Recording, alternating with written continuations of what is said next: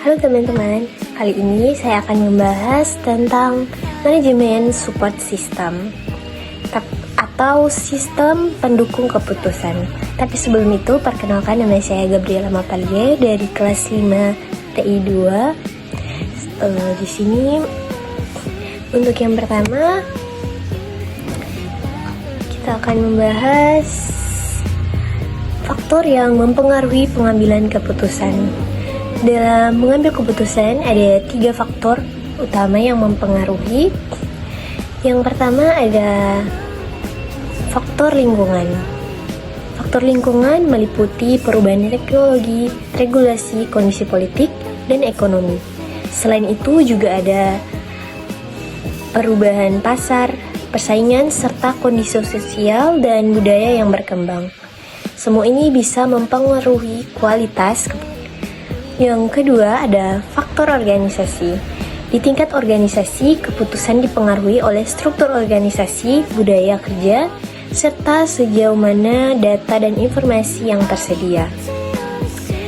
Dan dukungan dari manajerial juga sangat penting agar keputusan dapat dilaksanakan dengan baik. Dan yang terakhir, yang ketiga ada faktor individu. Faktor setiap individu punya nilai, sikap, pengalaman, bahkan preferensi pribadi yang berbeda.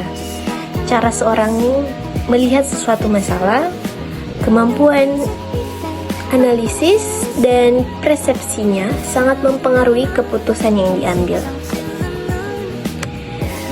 Lalu yang berikut ada proses pengambilan keputusan.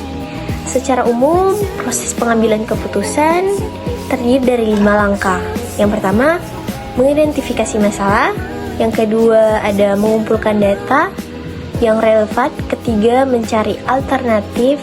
Solusi keempat, memiliki alternatif terbaik. Dan terakhir, implementasi serta evaluasi dari keputusan tersebut. Yang berikut ada Decision Support System atau bisa disebut DSS. Di sini ada Decision Support System untuk membantu proses pengambilan keputusan. Kita mengenal Decision Support System atau DSS. DSS adalah sistem berbasis komputer yang mampu menganalisis data sehingga menghasilkan informasi yang lebih berguna. Tujuannya adalah memberi alternatif terbaik sehingga manajer dapat membuat keputusan yang lebih tepat. Lalu di sini ada komponen utama DSS. DSS memiliki 4 komponen utama. Yang pertama ada database, yaitu tempat penyimpanan data. Yang kedua ada model base, yang berisi metode analisis atau model keputusan. Yang ketiga ada software system yang menghubungkan database dan model. Lalu dan keempat, user interface, yaitu antarmuka yang mempermudahkan pengguna berinteraksi dengan sistem. Kemudian ada karakteristik DSS. Karakteristik dari DSS adalah mampu mendukung keputusan yang semi-struktur atau tidak terstruktur.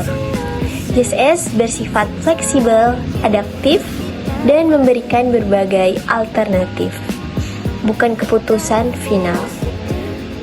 Keunggulannya, pengguna bisa berinteraksi langsung dan mengontrol proses analisis.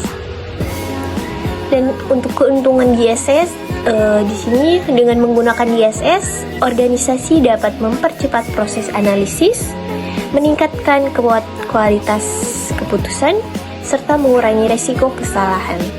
Selain itu, DSS juga membantu mengidentifikasi peluang maupun masalah lebih cepat. Kemudian di sini ada model konseptual DSS.